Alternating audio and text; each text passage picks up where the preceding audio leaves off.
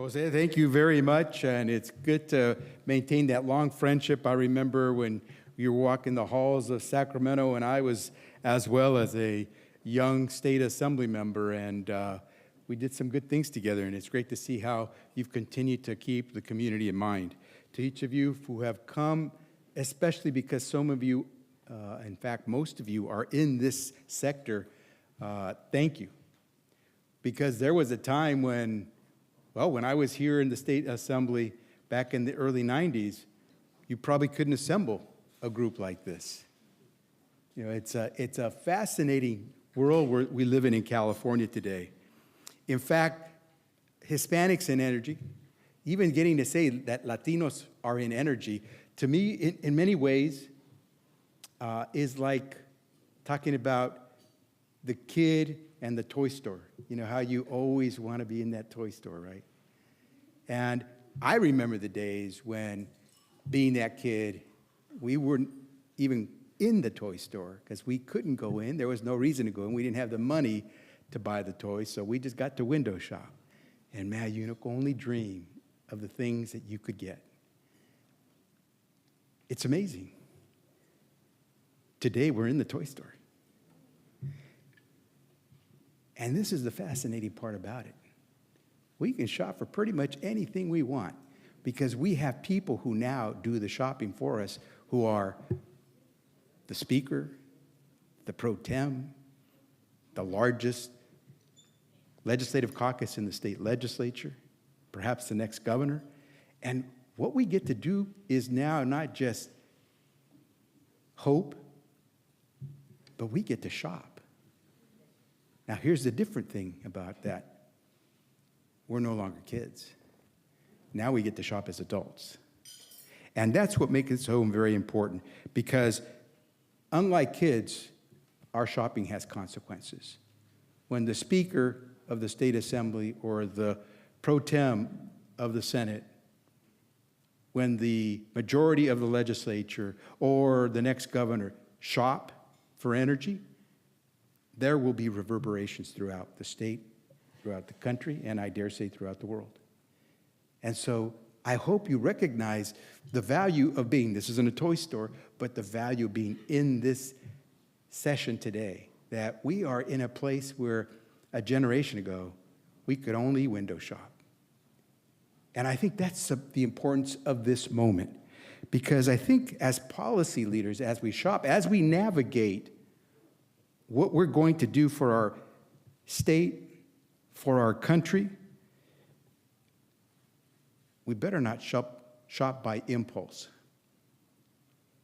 Because when you get into that store for the first time, you want to grab that toy right away. You want to grab that toy you always wanted and saw in the commercials after the cartoons, but never got to get. That never was under the Christmas tree for you. Not impulse, experience, memory. Because you see, while we now get to walk into that toy store, there's still a lot of families that still have to window shop. And so we have an obligation now to remember, carry those memories of what it was like to not get to shop in that toy store. And make sure that what we do when we buy, when we navigate our state through these difficult times, that it will allow other families to believe that they too can come inside. And so that is the beauty of gathering here today. And that is perhaps the most compelling thing I can tell you today is understand where you are. For those of us who've been around long enough, and some of you have been around as long as I have, not many of you, but some of you have, it is not a place that we've been accustomed to getting to walk into, let alone buy. And so it is so critical that we keep that in mind, because the reality is not everyone today can buy an electric vehicle. Not everyone today can put up those solar panels on their roof. Not everyone today can buy that brand new energy efficiency appliance. But we have to include everybody in this move and march toward energy efficiency and cleaner energy. And how do we keep that whole population that never gets to do anything more than window shop with us as we try to tell them it's going to cost you a little bit more, but it's going to be good for you? When you look under the Christmas tree and your kids don't see what they want, that's not necessarily good for you. Somehow we have to be able to sell all of this to the entire population of our state and the country as well. And that's why today's gathering is so important. But here's the only other point I wanted to make, because you're hearing from a lot of energy policy experts who can give you the nitty-gritty. So I hope when you hear what they're telling you, it's informing how you will navigate and how you will buy. And the next and last point I wish to make goes directly to the heart of that.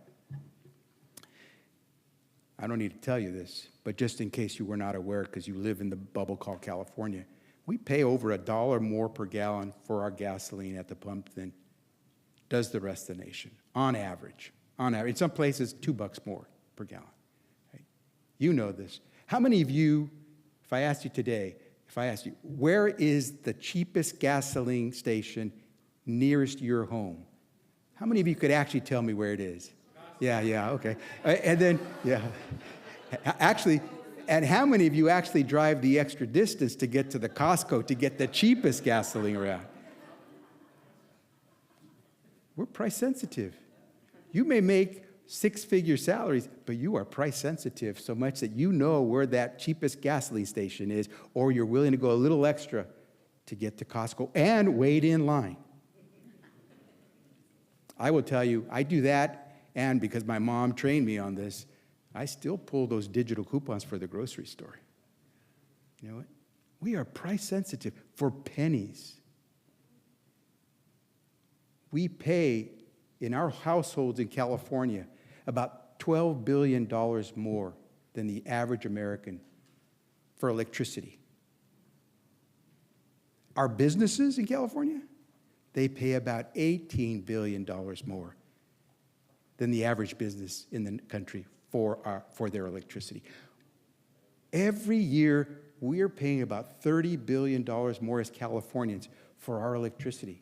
Can you imagine what we could do with $30 billion, including a state budget deficit, funding our schools, getting better health care, the things we could do just if we could get a grip on those prices, whether it's electricity or gasoline at the pump.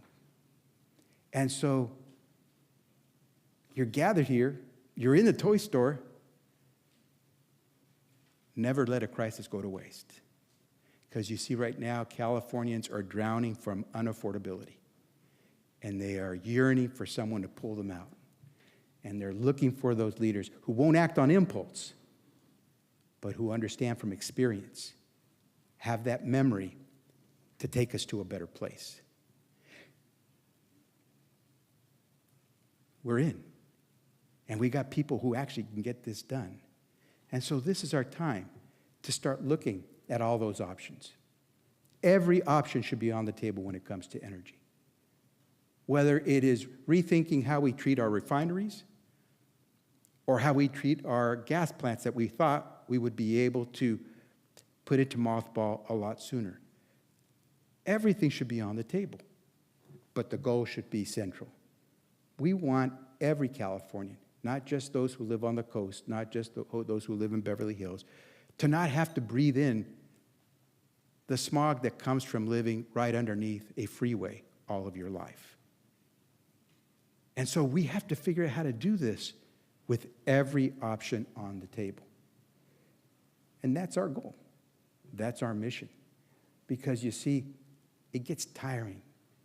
It gets old when all you can do is window shop. We're going to bring in a new population of Americans who could only let their kids window shop into the toy store. And if we do this right, not by impulse, we will trim our regulations. We will seat every sector of the energy system at the table.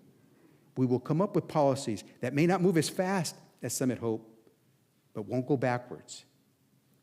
That won't be as cost-cutting as some would hope, but will let us afford to move forward. And if we do this right, guess what? It won't be just as we want it or just as fast as we want it, but we're in the store. And there are so many kids who are yearning to just walk into the store. And so I applaud Jose, you and Hispanics and Energy, and all of you who come, for recognizing that this is no longer just a dream. We get to walk in. And when someone says, hey, who are you with? You get to say, oh, I'm with the speaker. I'm with the pro tem. I'm with that largest legislative caucus. I'm with the governor. You'll get some service. And let's get it done. Because we are at the table, we are in the store, and we're going to shop based on experience and on memory. So I applaud you for being here. I look forward to working with you as well. Thank you very much.